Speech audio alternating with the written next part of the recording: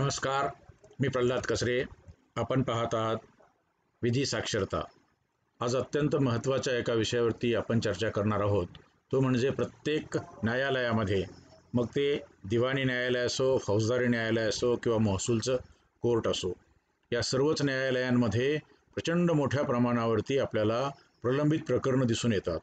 आणि या प्रलंबित प्रकरणाचं एक कारण असं आहे की जेव्हा ट्रायल कोर्ट म्हणजे पहिल्यांदा जे ठरवतं किंवा पहिल्यांदा जे निर्णय घेतं, अशा कोर्टामध्ये काही कामकाज केलं जातं किंवा निर्णय घेतले जातात, त्यावरती त्याच्यावरचं जे कोर्ट असेल ते स्टे देतं. म्हणजे त्याला आपण स्थगन आदेश किंवा स्थगिती आदेश म्हणतो.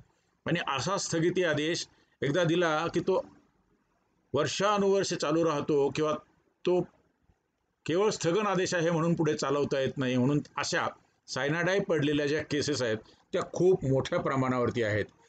आधीच पूर्ण देशभर सर्वोच्च न्यायालयापासून तर तालुक्याच्या दिवाणी न्यायालयापर्यंत किंवा फौजदारी न्यायालयापर्यंत, सुप्रीम कोर्टापासून उच्च न्यायालयापासून तर खालच्या दिवाणी न्यायालयापर्यंत, तसेच तलाठ्याच्या कार्यालयापासून तर शासनाच्या मंत्र्यांच्या कार्यालयामध्ये अथवा जे निर्णायक क्वासी ज्युडिशियल किंवा अर्धन्यायिक प्रकरणं चालवतात अशा सर्व न्यायाधिकरणांमध्ये किंवा प्राधिकरणांमध्ये, मग ते फक्त महसूलच नाही, मग ते सहकार विभाग असेल, निरनिराळे ज्या ज्या ठिकाणी म्हणून असे क्वासी ज्युडिशियल कामं चालतात, अशा सर्वच विभागांमध्ये प्रचंड मोठ्या प्रमाणावरती खटले पडून आहेत, दावे पडून आहेत, लोकांना निर्णय लागत नाहीत.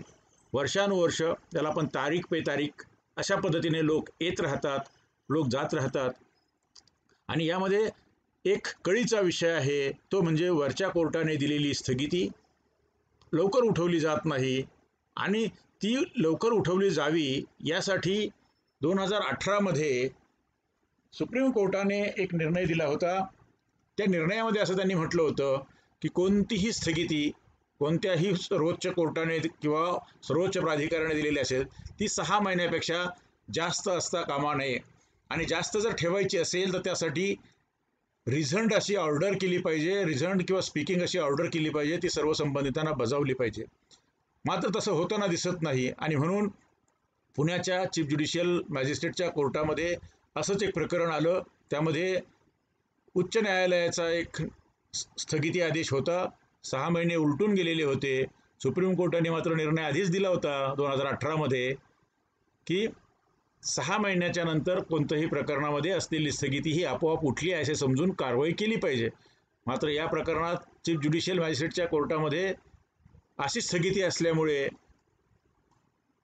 हे प्रकरण चालवता येणार नाही किंवा याच्यात ट्रायल घेता येणार नाही अशी भूमिका घेतली गेली.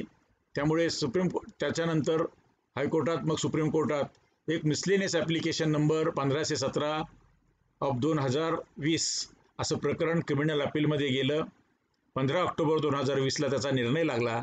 आणि त्या निर्णयामध्ये त्यांनी असं आदेशित केलं, सुप्रीम कोर्टाने असं आदेशित केलं, सर्वोच्च न्यायालयाने असं आदेश केलं, या देशाच्या सर्वोच्च न्यायालयाने असं आदेशित केलं, कोणत्याही न्यायालयाने, मग ते सिव्हिल असेल, क्रिमिनल असेल किंवा इतर कोणतंही न्यायालय असेल, ट्रायब्युनल असेल, अर्धन्यायिक प्राधिकरण असेल, मध्ये दिलेली अंतरिम स्थगितीची कालमर्यादा फक्त 6 महिन्यापर्यंतच राहील.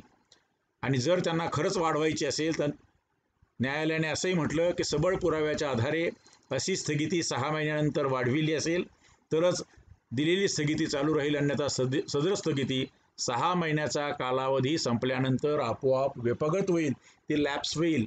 आणि ती स्थगिती नाही असं समजून ज्याच्यासमोर केस चालू आहे ती केस पुढे चालविली जाईल. तसेच हे आदेश संपूर्ण देशाच्या कोणत्याही न्यायालयात चालू असलेल्या प्रकरणाला लागू असेल. म्हणजे मान्य न्यायालयाने दिलेल्या सर्व स्थगिती आदेशाला लागू राहतील असेही आदेशामध्ये नमूद करण्यात आलेलं आहे. आता हे त्यातलं बघा, हे बार अँड बेंच या वेब पोर्टलवरून ही न्यूज घेतली. Any stay granted by any court expires within 6 months unless extended for good reasons, supreme court रिइटरेट्स.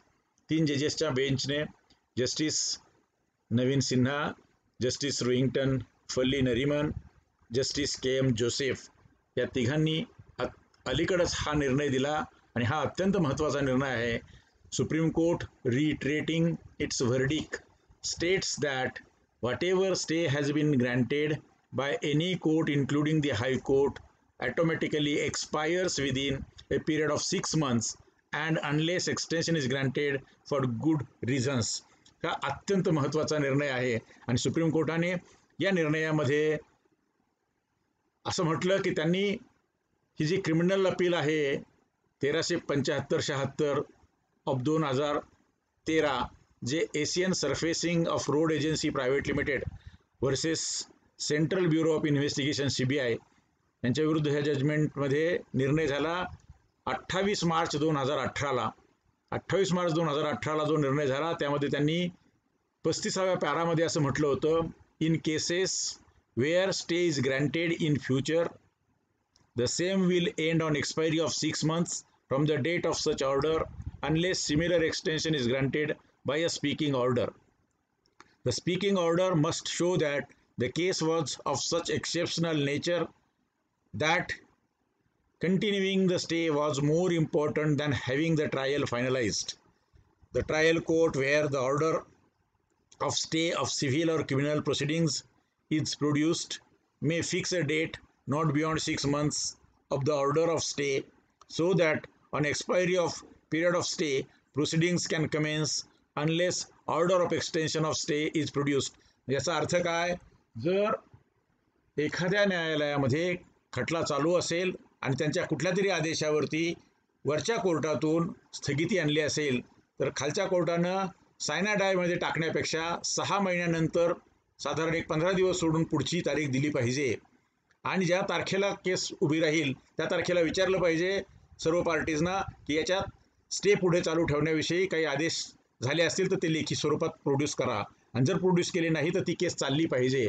म्हणजे फक्त 6 महिन्याचा त्यासाठी खंड घेतला पाहिजे किंवा 6 महिन्याची ती स्थगिती पाळली पाहिजे, त्यानंतर मात्र ती केस चालायलाच पाहिजे होती. मात्र तसं झालं नाही आणि पुण्याच्या चीफ ज्युडिशियलच्या कोर्टामध्ये मात्र त्यांनी हायकोर्टाचा स्टे 6 महिन्यापेक्षा जास्त होता आणि तो हायकोर्टाने उठवल्याच्या त्यात काही करता येणार नाही अशी भूमिका घेतली आणि म्हणून आता हा सुप्रीम कोर्ट असं म्हणतोय, the lower court cannot pass any order which has been stayed by the Honorable High Court, Bombay, which, with due respect of the ratio of judgment of ASI, the judgment in Asian surfacing of road, जे आपण आता पाहतो या केसच्या संदर्भात असं ऑर्डरमध्ये त्या CJMने म्हणजे चीफ ज्युडिशियल मॅजिस्ट्रेटने म्हटलं होतं. आता सुप्रीम कोर्ट त्याला उत्तरादाखल असं म्हणतं आहे, we must remind the magistrates all over the country. म्हणजे देशभर जे जे निर्णय करतात अशा सर्व अधिकाऱ्यांना आता आम्ही स्मरण करून देऊ इच्छितो that in our pyramidal structure under the Constitution of India, the Supreme Court is at the apex and the High Courts, though not subordinate administratively, are certainly subordinate judicially.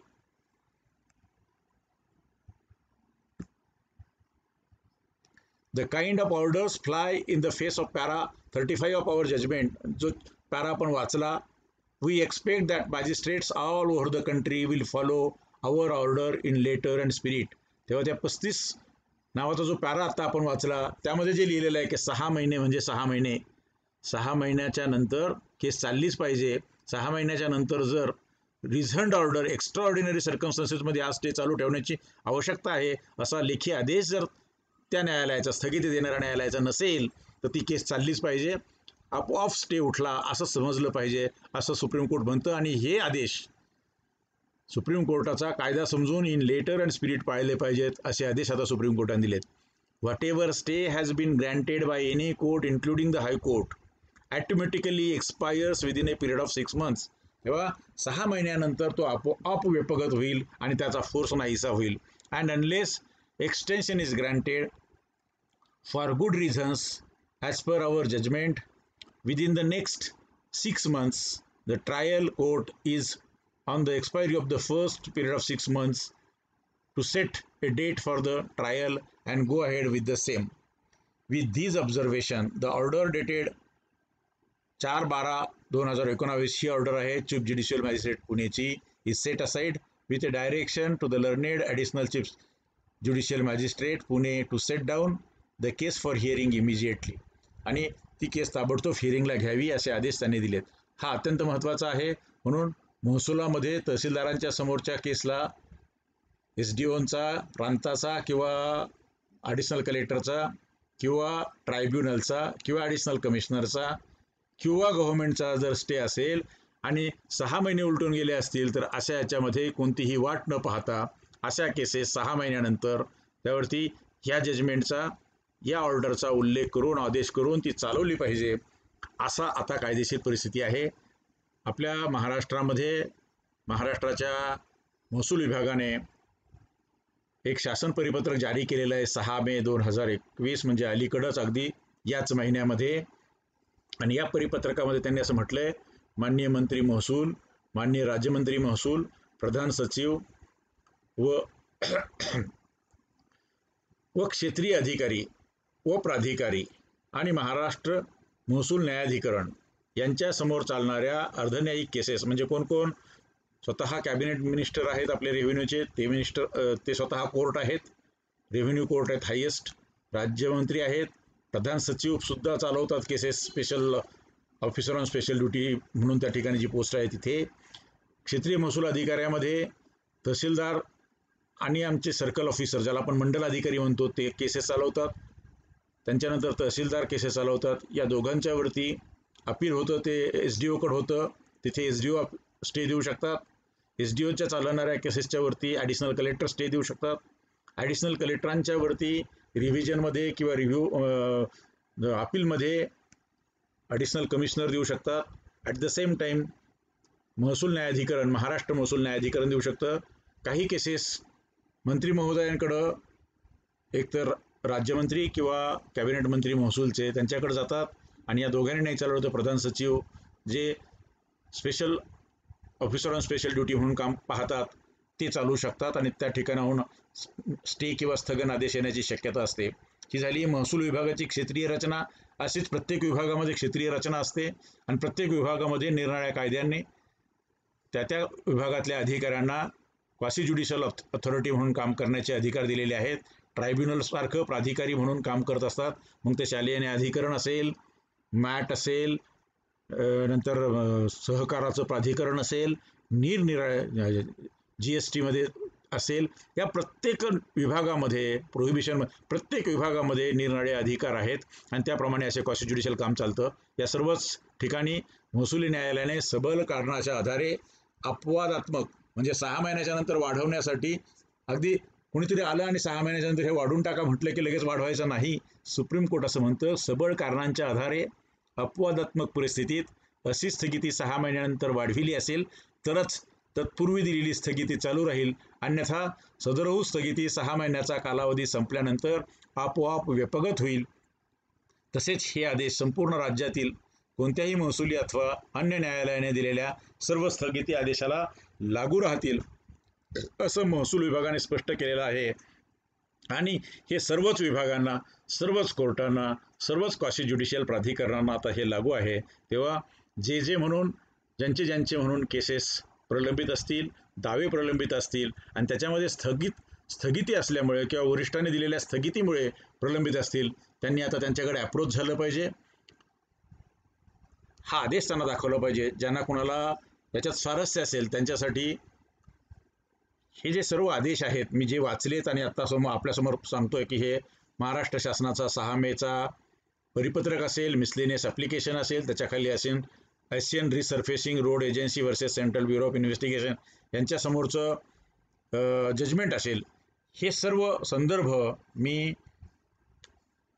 ड्राईव्हवर टाकून त्याची लिंक या डिस्क्रिप्शनमध्ये देतो आहे. त्यामुळे आपल्याला हवं तर ते डाउनलोड करून घ्या, त्याचा चांगला अभ्यास करा आणि जिथे म्हणून आपल्या प्रलंबित केसेस असतील किंवा स्थगितीमुळे प्रलंबित केसेस असतील, त्या प्रलंबित केसेस निश्चितपणे आपण सोडवून घ्या.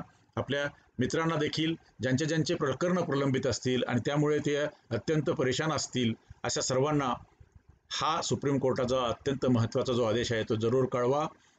मी या ठिकाणी थांबतो. आपण अशाच माहितीपूर्ण व्हिडिओसह पुन्हा एकदा नंतर भेटूया. तोपर्यंत धन्यवाद. आपल्याला जर हा व्हिडिओ आवडला असेल, आपण लाईक करा, शेअर करा, आपल्या मित्रपरिचितांना पाठवा, त्यांना देखील लाईक आणि शेअर करायला सांगा. जर आपण सबस्क्राईब केलं नसेल तर सबस्क्राईब करा. आपल्या मित्रांनी देखील सबस्क्राईब केलं नसेल तर त्यांना जरूर सबस्क्राईब करायला सांगा. धन्यवाद.